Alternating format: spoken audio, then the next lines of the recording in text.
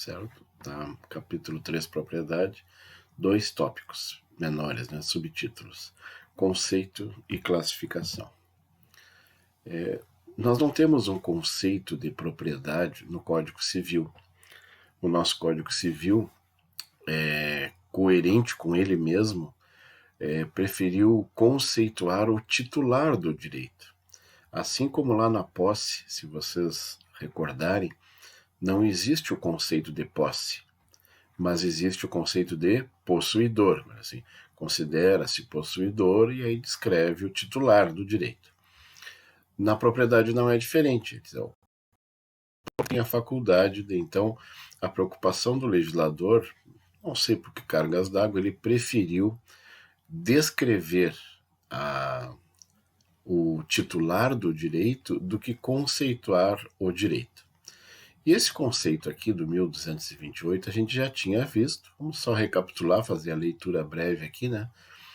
O proprietário tem a faculdade de usar, gozar e dispor da coisa e o direito de reavê-la do poder de quem quer que injustamente a possua ou detenha.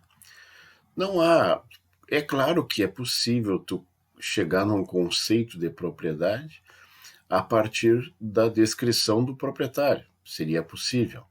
Mas nenhum doutrinador foi muito feliz. E a doutrina clássica, pelo menos, preferiu adotar a descrição de propriedade prevista no Código Napoleônico, né? Código Napoleônico, que é de 1804.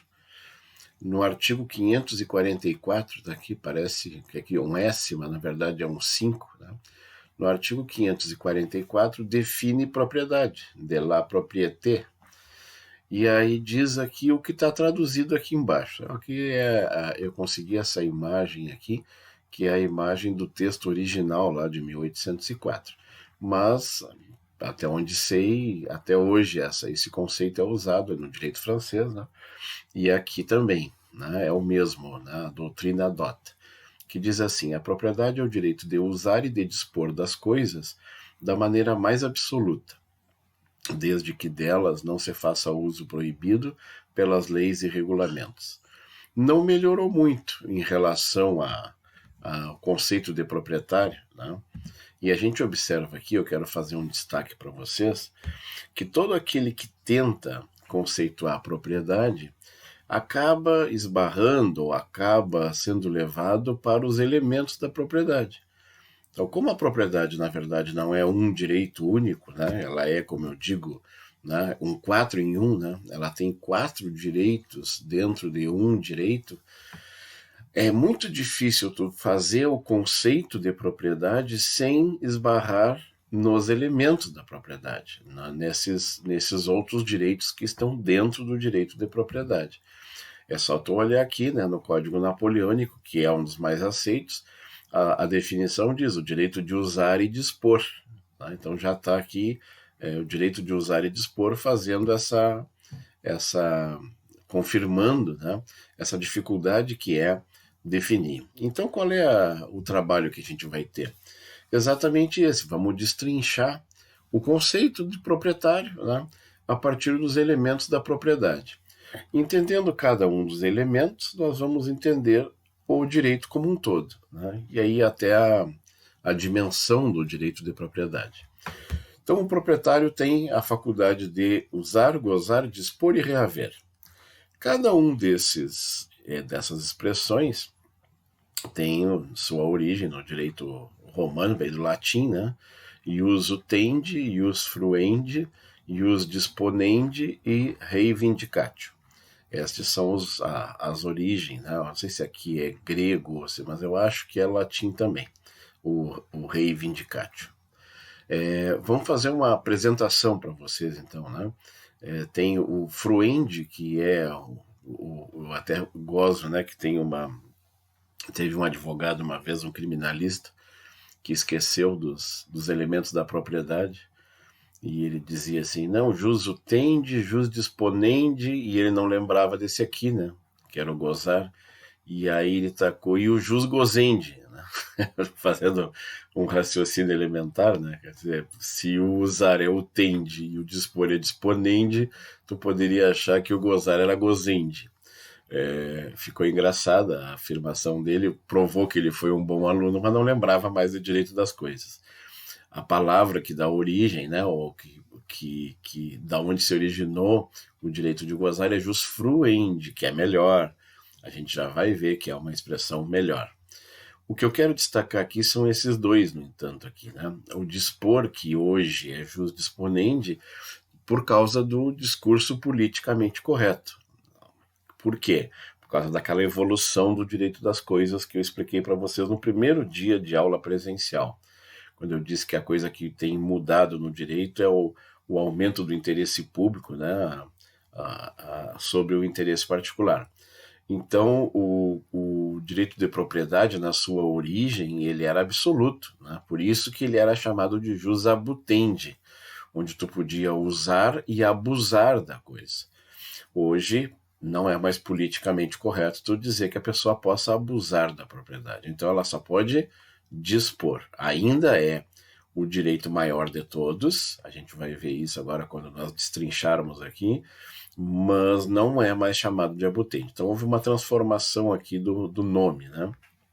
E aqui no Reavelo, né, a palavra rei vindicatio, rei, muito embora pareça, né, o soberano, né, da monarquia, mas na verdade a palavra, essa primeira sílaba aqui, essa primeira palavra vem de res, que é coisa, e vindicatio tem a mesma origem do verbo vindicar, que significa reclamar, requerer. Então o que é reaver? É requerer a coisa, reclamar a coisa. Essa é a tradução, que é praticamente aqui, isso aqui praticamente dispensa fazer mais comentários. A mero exame da origem etimológica da palavra já ajuda bastante. Pois bem, vamos agora então um por um dos elementos da propriedade, né? Para entendermos, ainda estamos falando no conceito. O primeiro dos direitos é usar, que é jus utendi, está aqui. Significa o direito do proprietário de tirar da coisa a sua utilidade sem alterar-lhe a sua substância. Usar é tirar a utilidade da coisa. A gente tem que partir do princípio, então, para entender o poder de usar o bem, a gente tem que partir do princípio que os bens têm uma utilidade. Então, eles são feitos para um fim. Então, assim como exemplo, eu sempre digo assim, né, para a gente ilustrar, qual é a utilidade de uma Coca-Cola? Todo mundo sabe que uma Coca-Cola é uma bebida, né? Ela foi feita para beber, para ser ingerida. Mas tem gente que usa Coca-Cola para outras coisas, como, por exemplo, desentupir um cano, como, por exemplo, para tirar a ferrugem de um para-choque, do Fusca, certo? Nós temos aí pessoas que dão outras utilidades para a Coca-Cola. Mas a questão que eu quero colocar é exatamente, mas quando é que tu estarás usando a Coca-Cola? Quando é que tu estarás usando? Quando tu tirar da coisa a sua utilidade. Traduzindo, quando tu beber a Coca-Cola. Aí tu estás usando Coca-Cola. Da mesma forma, para que serve um vademecum, né? Esse que vocês têm aí, que vocês vão usar agora para fazer a prova, que carregam para a sala de aula? Para que serve um vademecum? Um vademecum serve para tu consultar, para tu estudar, serve de auxiliar aí no estudo da matéria de direito, né? Quem estuda direito tem que comprar um vademecum. Mas aí vem uma pergunta: eu poderia usar as folhas do vademecum para começar o fogo na lareira? É uma possibilidade. Ou eu poderia usar o vademecum como peso para a porta, para evitar que a porta se feche ou que a porta se abra? Eu posso usar? Pode. Tu, como proprietário, pode. Mas aí vem a questão de novo da utilidade. Mas ele foi feito para quê mesmo? Qual é a utilidade de um vademecum? O vademecum, então, foi feito, no caso, para ser consultado. Se tu usar as folhas dele para começar o fogo na churrasqueira ou na lareira, tu está entre os teus poderes de proprietário. Vamos deixar bem claro, tu pode fazer isso. Mas não é essa a utilidade da coisa. Eu posso usar ele como peso para a porta? Pode, mas não é essa a utilidade da coisa. Então as coisas têm uma utilidade, e tu estarás usando quando estiver tirando da coisa a sua utilidade. Para nós sairmos dos bens móveis, que eu usei o exemplo da Coca-Cola, do Vadimeco, vamos usar um exemplo de um imóvel, de uma casa. Para que serve uma casa? Para morar. Quando é que tu estarás usando a casa? Quando tu morar nela. Esse é um rico de um exemplo também, bem simples. Para que serve um carro? Para te carregar, para te transportar. Quando é que eu estaria usando o carro? Quando tu estiver te locomovendo com ele. Essa é a finalidade, ele foi criado para isso. Então, os bens são criados para uma determinada finalidade, determinada utilidade. Então, quando tu usar essa finalidade, essa utilidade, tu estás usando. Pois bem, temos uma dica aqui importante. Lá no artigo 86, da parte geral, né, do Código Civil, diz assim: são consumíveis os bens móveis cujo uso importa destruição. Uso importa destruição imediata da própria substância, sendo assim também considerados tais os destinados à alienação. Quero chamar a atenção de vocês. Eu não expliquei ainda, mas destruir a coisa é a disposição do bem. Eu estarei, quando eu destruo um objeto, e eu como proprietário posso destruir, eu tenho esse poder, o poder de destruir é disposição, não é uso. O que diz aqui no artigo? Que quando tu usa, tu destrói, certo? Esses bens que tu, ao usar, tu destrói, são chamados de bens consumíveis. Quais são os melhores exemplos que a gente tem de bens consumíveis? Para que vocês entendam. Acabei de dar um exemplo. A Coca-Cola. Se tu usar a Coca-Cola, o que vai acontecer com a Coca? Tu vai destruir. Eu poderia também me referir 5 quilos de arroz. Se tu usar arroz, o que vai acontecer com o bem? Tu vai destruir. Então, não tem como separar o uso da disposição, porque quando tu usar, tu vai estar dispondo. Essa é a definição do artigo 86. Esses bens são chamados de consumíveis. Consumível é aquele bem que, ao usar, ele se destrói. Os melhores exemplos, agora eu vou falar em gêneros, né? Os alimentos, as bebidas e os combustíveis. Os melhores exemplos. Tá? Tu pode ser proprietário de bebidas, pode ser o proprietário de alimento e tu pode ser o proprietário de combustível. À medida que tu for usando, ele vai se destruindo. É essa a ideia. Esse bem é chamado de consumível.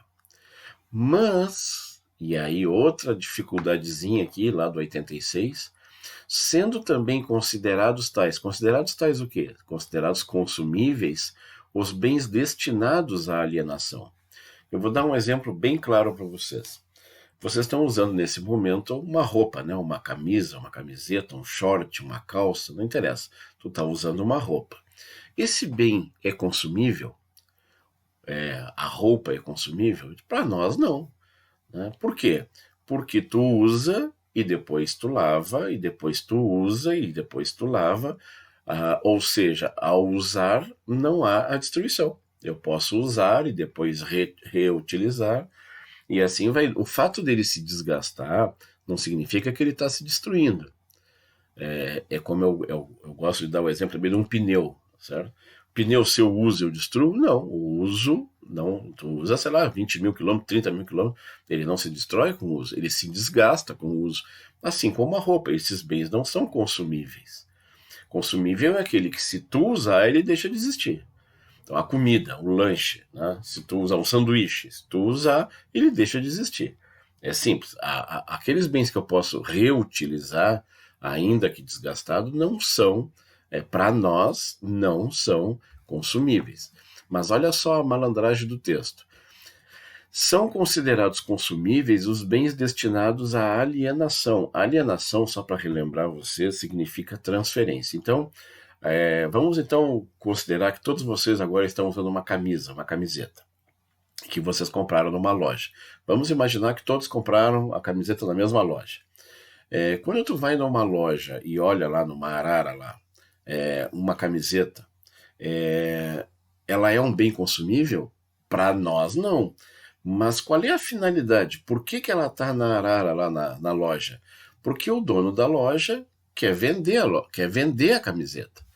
Então, ele está destinado, olha só, a camiseta lá para a loja, para o lojista, para a C&A, para a Renner, qualquer loja, para SM, ele está lá penduradinho, mas está destinado à alienação. Eles colocaram lá à venda a camiseta. Então, qual é o uso que eles querem fazer da coisa? Eles querem vender. Quando eles venderem aquela camiseta, aquele bem, entre aspas, se destruiu para eles. Não existe mais, saiu do estoque.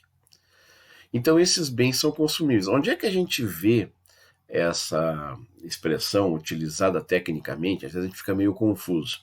Normalmente naqueles livros que são distribuídos pelas escolas. Tem uma observaçãozinha nos livros dizendo assim: este livro não é destinado à alienação. Diz ali, né? Perdão, não é consumível, certo? Desculpa, não é destinado à alienação. Não é consumível. Para que ele diz que não é consumível se um livro não é consumível? É que tu não pode usar ele para alienação. É essa a ideia. Bens que estão à venda são considerados consumíveis. Tá? O objeto, para vendê-los, eles são considerados consumíveis. Então, vou dar um exemplo, um aparelho de barba, né? Um aparelho de barba lá para o supermercado. É um bem consumível, sim, mas eu posso usar o aparelho de barba várias vezes? Pode, né? Não tem problema nenhum. Para ti ele não é consumível, mas para quem botou à venda é consumível. Então, prestem atenção, nós temos dois tipos de bens consumíveis: aqueles que o uso importa a destruição e aqueles que estão destinados à alienação. Por quê? Porque se eles estão destinados à alienação, a finalidade que eu quero dar para ele é de venda. Ao vender, ele se destruiu para mim. Não é muito diferente. Pois muito bem.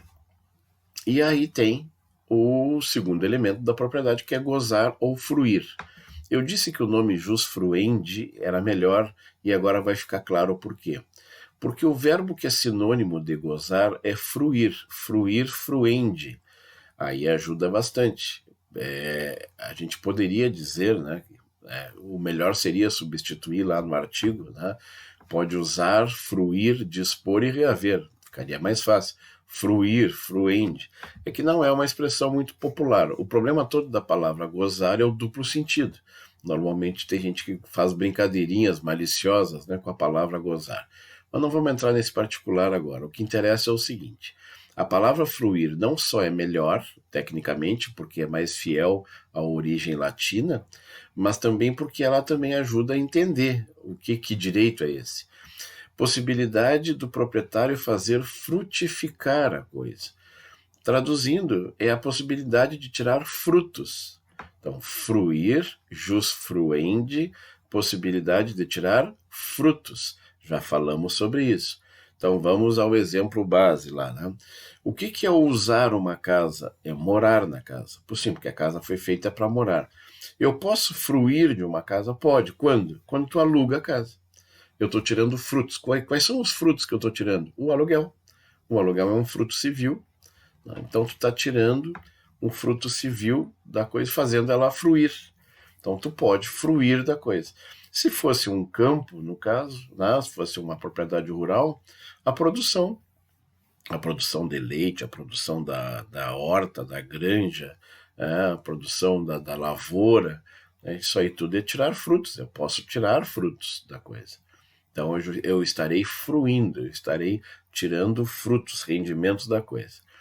Mas está também dentro do fruendi aqui, né, do fruir, do gozar, o direito de extrair os seus produtos. E aqui nós temos então que fazer uma distinçãozinha. Fruto é aquilo que tu tira da coisa periodicamente. Acho que já falei isso para vocês, né, lá nos efeitos da posse. E agora vamos falar de novo. E tirar produtos, o que significa? O produto, diferentemente do fruto, à medida que tu vai tirando, ele vai terminando. Ele é muito parecido com o fruto. Só que o fruto, vamos dar um exemplo. Eu vou lá e pego o fruto da parreira, eu tiro o cacho de uva, ano que vem ela dá outro cacho de uva, né? Ou vários cachos de uva. O produto não, à medida que eu vou tirando, ele vai terminando. Aqui o exemplo clássico aqui, em candiota aqui, né? O carvão. À medida que tu vai tirando o carvão da mina, ele não vai se recompondo. Né? Então, ele é esgotável, ele se esgota. Essa é a característica do fruto. O fruto é aquilo que a coisa rende periodicamente. Já o produto, não. O produto, à medida que eu for tirando, não. Quais são os melhores exemplos de produtos? Praticamente toda a extração mineral, que seriam minérios, né? Carvão, pedra, né? Petróleo, tudo isso aí é extração mineral. E também alguma extração vegetal, né? Tem algumas lavouras que não há reposição automática, que é o caso de lavoura, por exemplo, de arroz, de milho, de sorgo, de trigo, de soja. No momento que tu tirou e ela não vai se recompor. Não vai ter, ano que vem não vai estar lá de novo aquilo ali. Tu tem que plantar, tem que fazer todo o processo de novo. É diferente do café, da uva, da laranja, né? Que são frutos que tu tira e daqui a um tempo mais o bem principal gera aquele bem de novo, né? Muito bem, os últimos dois poderes da propriedade, que seria o direito de dispor, que já expliquei para vocês, né? Tem na origem jus abutendi, mais recentemente jus disponendi, que significa o poder de alienar, destruir ou alterar a sua substância. Vamos explicar cada um deles. Primeiro, o alienar. Alienar, não esqueçam, é transferir. Alienar é transferir. A forma mais comum de alienar é vender, mas pode ser também doar, permutar, que seria trocar, ou dar em pagamento. Disparado, esta é a forma mais comum de dispor do bem. Como é que eu disponho do bem? Normalmente alienando, normalmente vendendo, normalmente doando, né? Esses dois aqui, permutar e dar em pagamento, não são comuns. Agora, venda e doação, sim. Então, alienar, transferir. Mas o poder que eu tenho de destruir também, é o que eu acabei de falar lá nos bens, né, no uso dos bens. Eu posso destruir um bem, eu posso jogar no lixo, eu posso me desfazer, renunciar, e está dentro dos poderes do proprietário. O proprietário pode destruir a coisa. O proprietário pode alienar, ele pode destruir e pode também alterar a sua substância. Eu dei alguns verbos aqui que são exemplos, né? O que seria alterar a substância? Seria reformar, aumentar, diminuir, mudar utilidade ou finalidade. Então, um exemplozinho bem simples. Eu posso usar um imóvel para uso residencial ou para uso comercial. Quem é que determina isso? O proprietário. É ele que determina. Ele pode mudar a finalidade. Eu posso mudar, de repente, a vida toda plantei arroz. Aí o arroz agora está com preço baixo, resolvi criar gado. No mesmo espaço físico lá, posso. Está dentro dos poderes do proprietário. Eu mudei a finalidade, eu mudei a utilidade. Eu não faço mais com o bem aquilo que eu fazia, né? Então, nós temos aí vários exemplos. Assim como eu posso reformar, aumentar. Então, é quase que como por eliminação. Aqueles direitos que não caírem aqui nos dois primeiros, que são mais restritos, né? Usar e gozar, quase todos eles vão para o dispor. É o maior poder de todos. Então, o maior de todos é o dispor. Por isso é que ele era chamado de abutendi. É o maior dos poderes, né? Hoje chamado de disponendi. Mas na prática, o mais importante é o alienar, que está destacado aqui para vocês. Bueno, por fim, o direito de reaver ou reivindicar, né, que está aqui, reivindicatio, que é o poder que tem o proprietário de mover ação para obter o bem de quem injustamente o detenha. Esse mover ação aqui está se referindo à ação que protege a propriedade.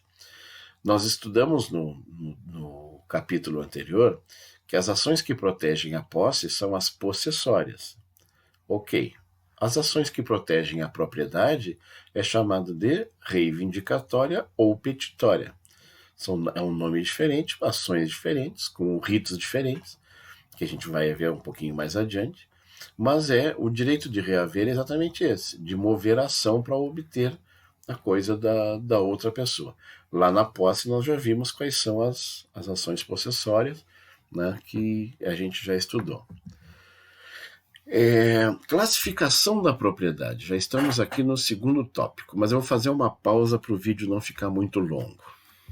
Vou fazer uma pausinha rápida aqui.